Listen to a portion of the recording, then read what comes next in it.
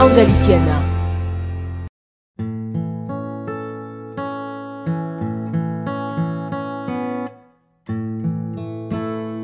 Le divorce prend une ascension dans notre société. Chacun de deux époux croit avoir raison sur l'autre. Parfois, l'on a même tendance à croire que le mariage est un jeu. Et pourtant, les conséquences sont très fâcheuses pour les enfants. Les chiffres de différentes associations en charge des questions de mariage sont alarmantes sur les questions de divorce. Une conseillère conjugale et une divorcée, avec qui nous allons discuter sur l'ampleur des divorces dans la nouvelle génération.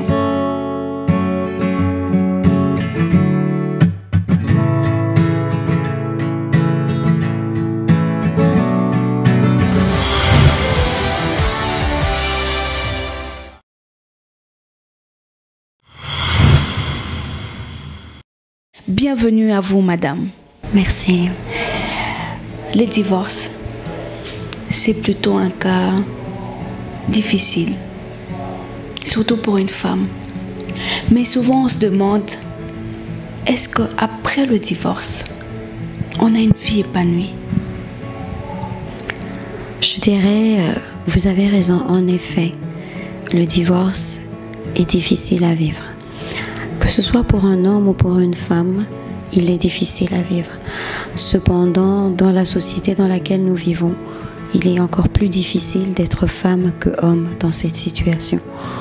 Et c'est une appellation très lourde à porter sur ses épaules. Être appelé divorcé, c'est lourd de conséquences et plein de jugements et de préjugés. Est-ce qu'il est possible de vivre heureux après le divorce? Je dirais que tout est possible.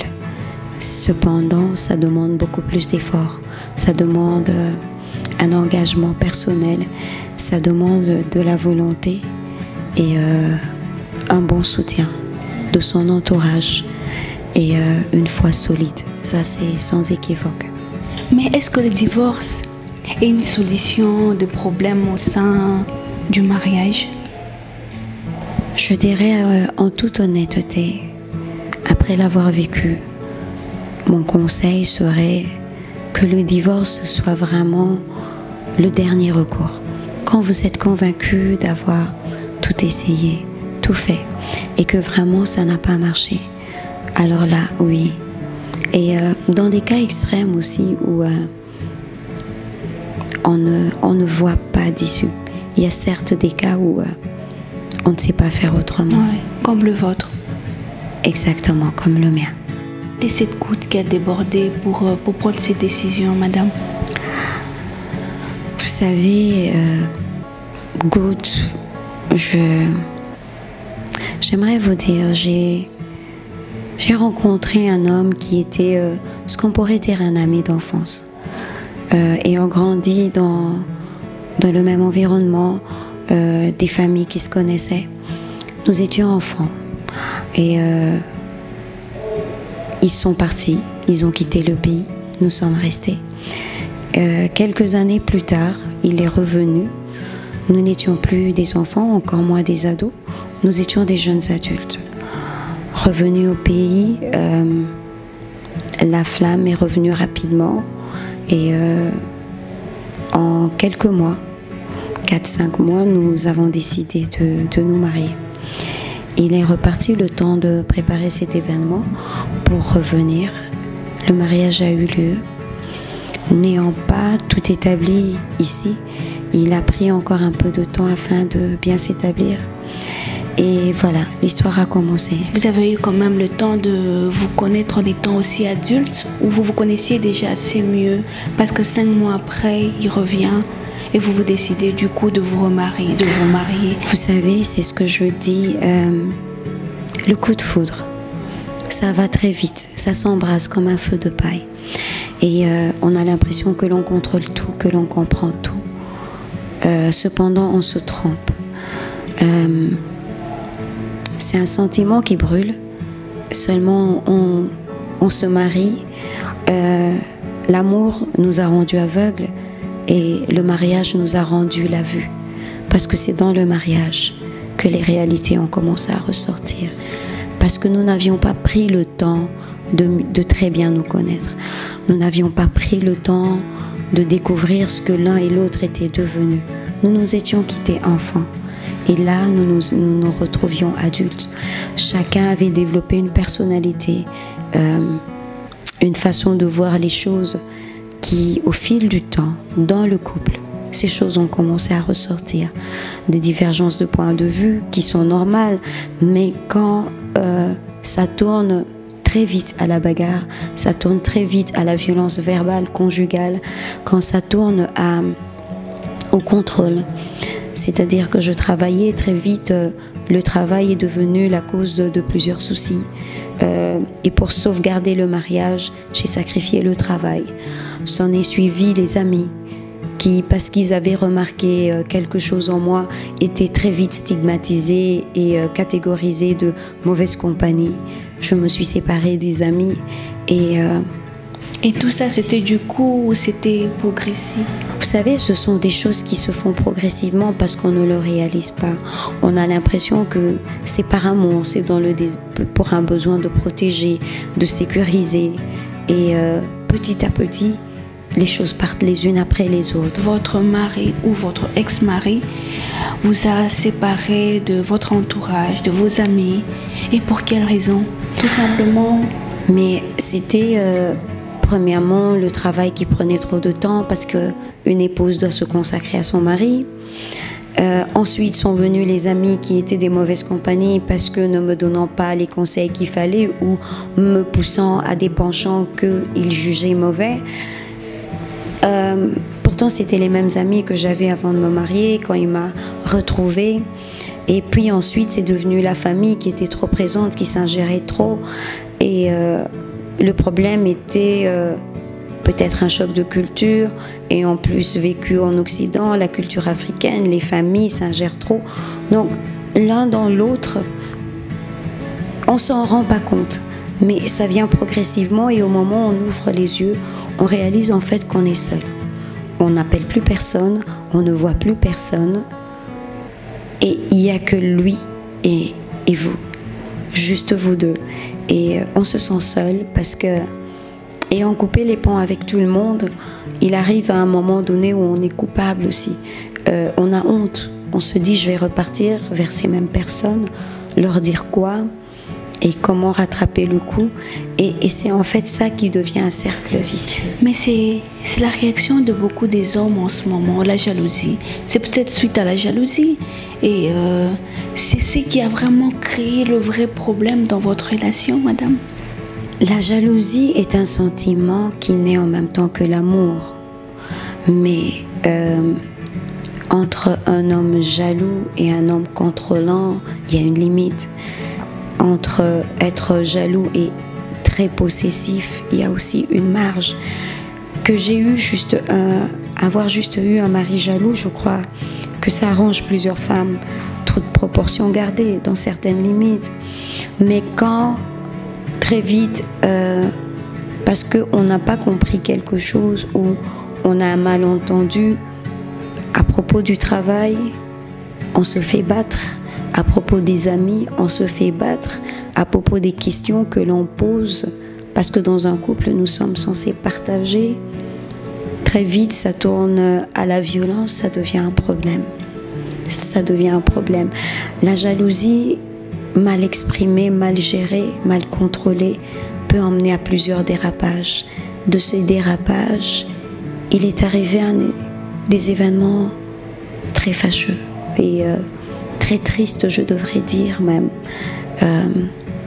Enceinte, pour la première fois, ce que je pensais être cette chose qui aurait permis que ce couple se retrouve. Je suis tombée enceinte, c'était merveilleux, mais dans un excès de colère. Il n'a pas pu se retenir. Il s'est lancé dans une violence, des coups et des choses que je ne saurais pas décrire. Je me suis retrouvée à l'hôpital et j'avais perdu mon bébé. Pour une femme, c'est une douleur indescriptible. On rêve toutes du prince charmant, mais on rêve aussi d'être maman. On est petite fille, on rêve de serrer son enfant dans les bras. Et quand on a déjà senti cet enfant en soi, quand on l'a déjà imaginé, quand on a même déjà commencé à lui donner un nom, de le perdre pas parce qu'il a été malade, pas parce qu'il vous a été volé, mais parce que celui qui est censé protéger cet enfant est le même qui le détruit avant même qu'il n'ait vu le jour. Ça vous brise de l'intérieur. Et nous sommes dans une communauté où, quand quelque chose se passe, c'est la femme qui est condamnée. La première question qui est posée à la femme, c'est « Qu'as-tu fait pour le mettre dans cet état ?» Mais personne ne se demande comment tu te sens après cela. Comment fais-tu pour revivre après cela? Comment fais-tu pour te redonner au même homme qui t'a arraché cette joie, cette maternité? Celui qui t'a donné cette féminité qui te l'arrache, comment tu fais pour le regarder dans les yeux? Recommencer à l'aimer, lui resservir un plat sur la table, préparer ses vêtements et lui être soumise. Seule une femme peut supporter cela. Seule une femme africaine peut le vivre en se taisant. Cependant, ce silence extérieur est un grand cri à l'intérieur. Il vous déchire de l'intérieur. Il vous tue à l'intérieur. Ça a continué. J'ai fait l'effort de pardonner, de me dire que c'était un accident. Nous avons évolué. Une deuxième grossesse est arrivée. Et je me suis dit, merci Seigneur, ça va être... Il n'y a qu'un bon souvenir qui peut vous aider à effacer un mauvais souvenir. Justement. Mais malheureusement, la violence ne s'est pas arrêtée. Les crises de nerfs ne se sont pas arrêtées. Moi, je ne sortais plus. Moi, je ne côtoyais plus les autres. Mais lui sortait. Mais lui pouvait rentrer quand il voulait. Et je n'avais pas le droit de poser des questions. Je n'avais pas le droit de savoir. Sinon, c'est la foudre qui me tombait dessus. Et cette violence a repris de plus belle. Je me suis battue pour prendre sur moi, éviter le plus possible de me faire crier dessus ou de me faire battre pour arriver jusqu'à la fin de ma grossesse. Malheureusement, les coups reçus, la violence subie pendant cette deuxième grossesse ont fait que, certes, ce bébé est venu au monde, madame, mais il n'a pas survécu. Les coups étaient trop durs.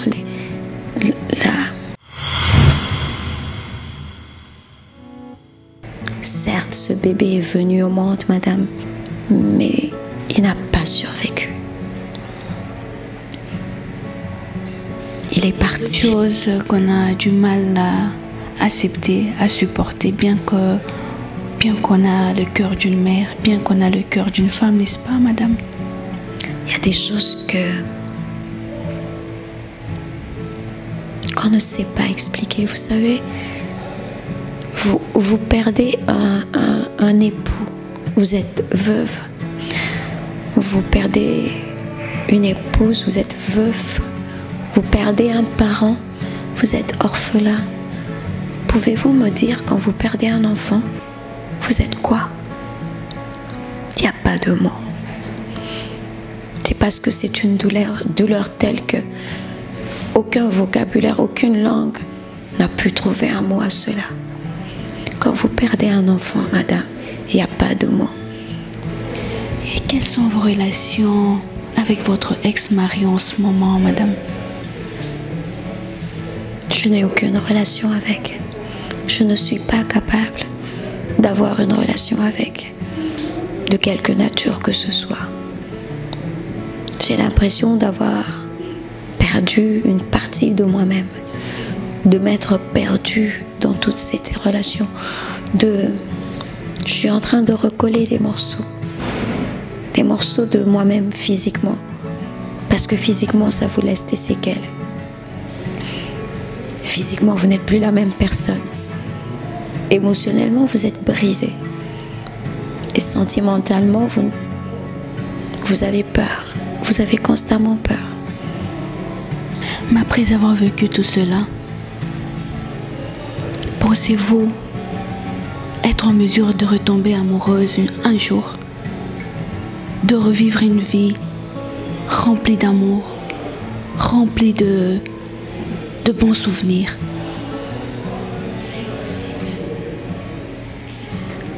C'est possible parce que je garde la foi, parce que j'y crois, parce que je crois que tant qu'il y a de la vie, il y a de l'espoir. Tant qu'on croit en Dieu, il est capable de créer un chemin là où on n'en voit pas un. Il est capable d'appeler à l'existence ce qui n'existe pas. Et je me dis que si le Seigneur a permis que je reste en vie, c'est peut-être parce qu'il fallait une femme comme moi pour permettre à d'autres femmes dans ma situation de se sortir de là. Mais aussi que Dieu ne peut pas permettre que vous sortiez d'une situation sans penser vos blessures et sans redorer votre image. C'est-à-dire vous permettre de vivre quelque chose de beau qui vous fasse comprendre qu'il ne vous a pas oublié, qu'il pense à vous, qu'il tient à vous, mais surtout qu'il avait quelque chose de meilleur pour vous en réserve. Donc oui, c'est possible. Oui, j'y crois. Mais depuis votre séparation, depuis votre divorce, avez-vous rencontré quelqu'un d'autre, un autre homme qui vous a fait vivre ou qui vous a fait oublier l'enfer que vous avez vécu dans votre mariage? J'ai rencontré quelqu'un d'autre, effectivement. J'ai rencontré une personne qui a le cœur assez grand pour me comprendre, supporter, parce que ce n'est pas facile de vivre avec une personne blessée, mais qui fait de son mieux pour me faire comprendre que l'amour se définit différemment de ce que j'ai vécu. Et je bénis le Seigneur pour cela parce que ça me permet de réavoir confiance en moi, être capable de m'asseoir en face de vous pour vous le raconter. C'est parce qu'il y a de l'amour que je reçois, qui me donne cette force de refaire confiance en moi-même. J'ai repris le travail, je ressors dans la société, je reprends goût aux choses, à la vie. Et j'espère et je crois que je pourrai vivre une maternité heureuse et que je pourrai vivre un mariage heureux. Vous croyez encore au mariage? Pensez-vous vous remarier un jour? C'est possible.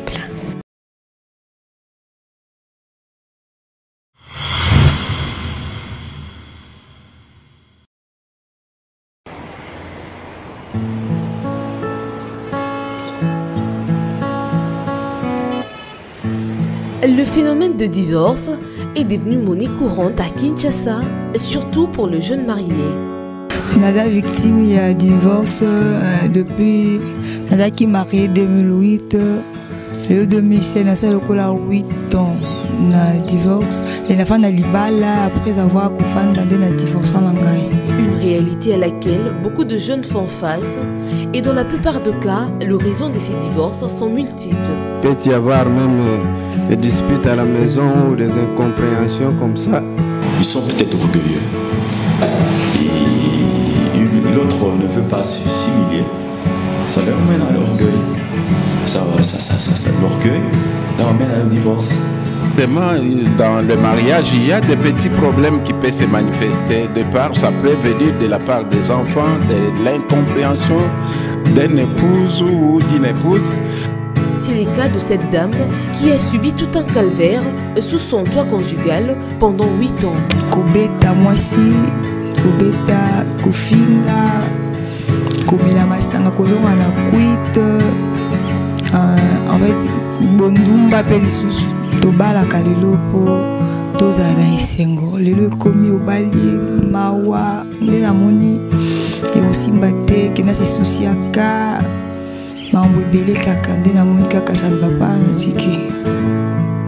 Pourtant, les conséquences sont très néfastes sur les enfants. Le divorce, c'est vraiment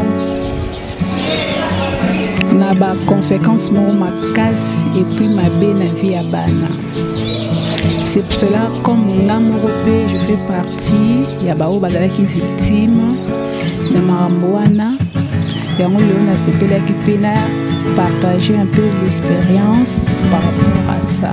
Il dit toujours il y a un endroit mon côté oh wapi mwana oki vivre dans la paix, dans la sécurité, dans la tranquillité, ce qui va entrer. Ma beaucoup ba deux parents na été. So bo divorcé na bano boboti.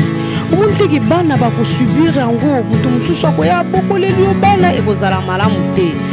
Par-dessus tout, il y a le haut et les bas dans le mariage. Tout n'est pas forcément rose. Moi, c'est 34 ans de mariage. J'ai fait 15 ans de mariage.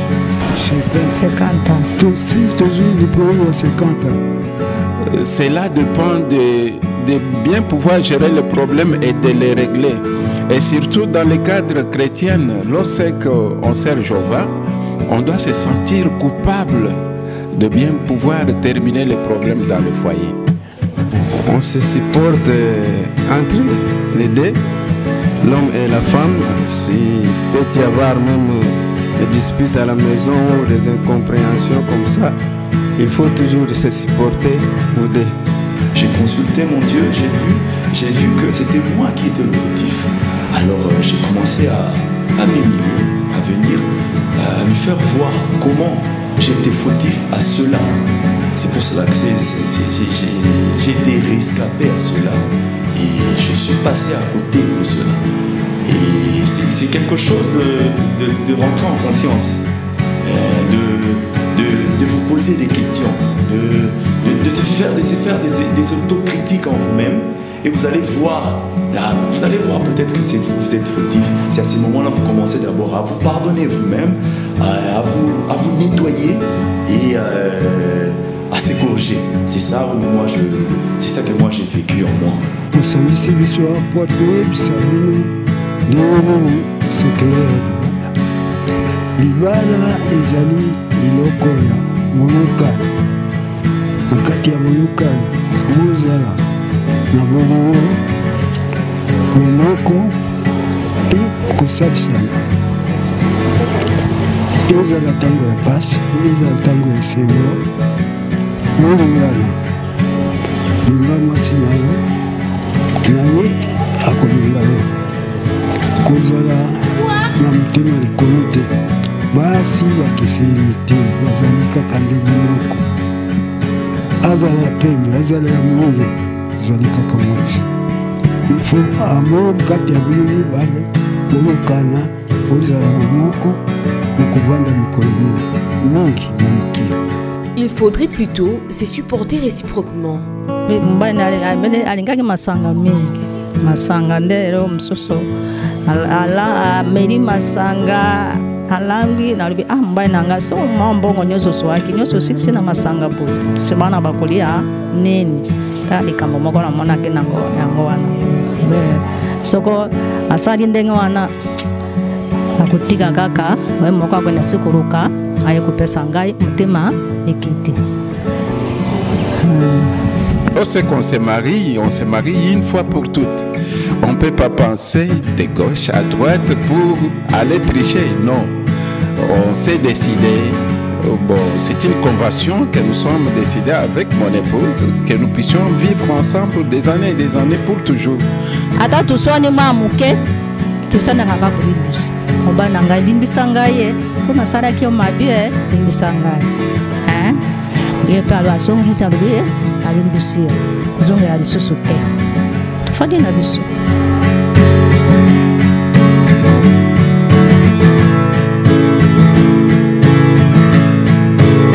Pour éviter la recrudescence des divorces, il faudrait au préalable faire un bon choix.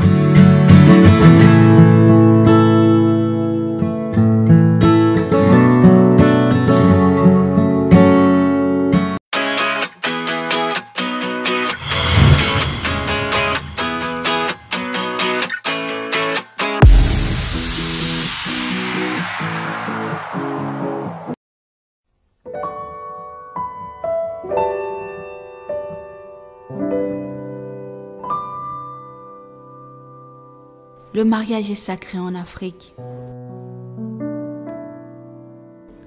Un signe de stabilité, de la dignité et de la réussite d'une mission divine.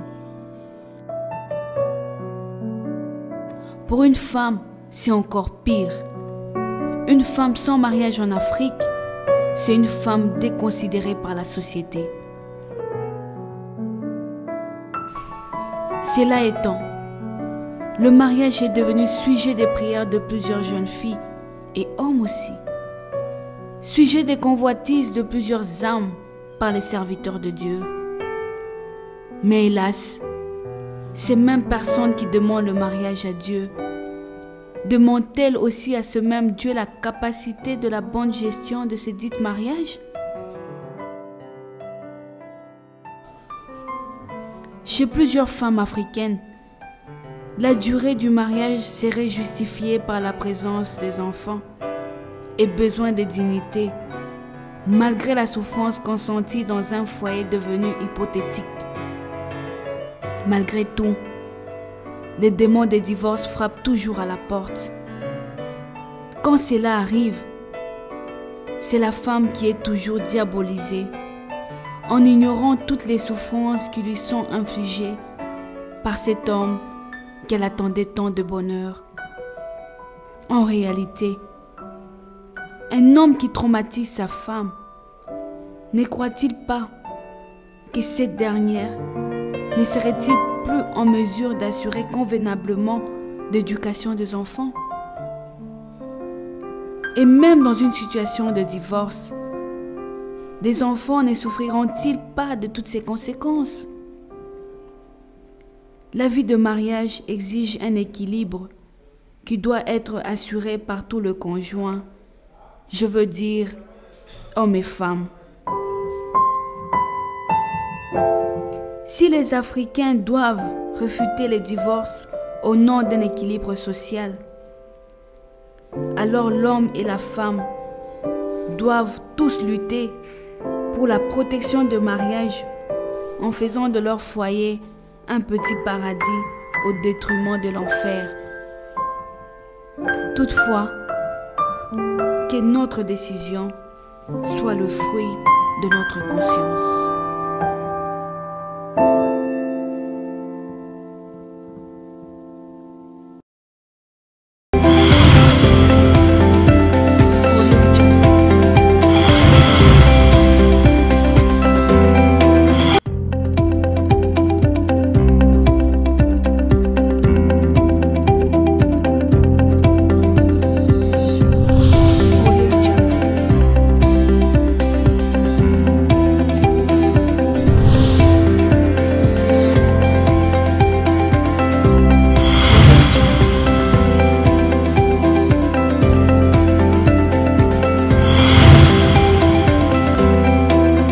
Voici avec Nandi Angalikiana.